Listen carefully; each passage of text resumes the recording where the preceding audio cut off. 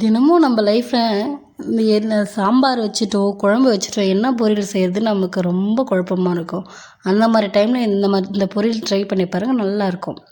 அதுக்கு தேவையான பொருட்கள்லாம் கொடுத்துருக்கு, நோட் பண்ணிக்கோங்க. இப்போ நம்ம ஸ்டவ் ஆன் பண்ணிட்டு எண்ணெய் ஊற்றிட்டு கடுகு உளுத்த பருப்பு நல்லா பொரியட்டும். வெங்காயம் போட்டுக்கலாம், அதை நல்லா வதங்கட்டும். வதங்கின பிறகு நம்ம பச்சை மிளகா கருவேப்பிலை போட்டுட்டு இப்போ நம்ம நறுக்கி வச்சுருந்த கேரட் பீன்ஸ் அப்படியே நல்லா போட்டுக்கோங்க.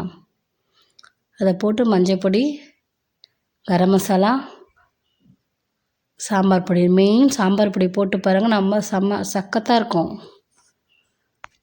நல்லா வதக்கலாம். இப்போ நம்ம கல் உப்பு போட்டு தண்ணி விட்டுக்குவோம்.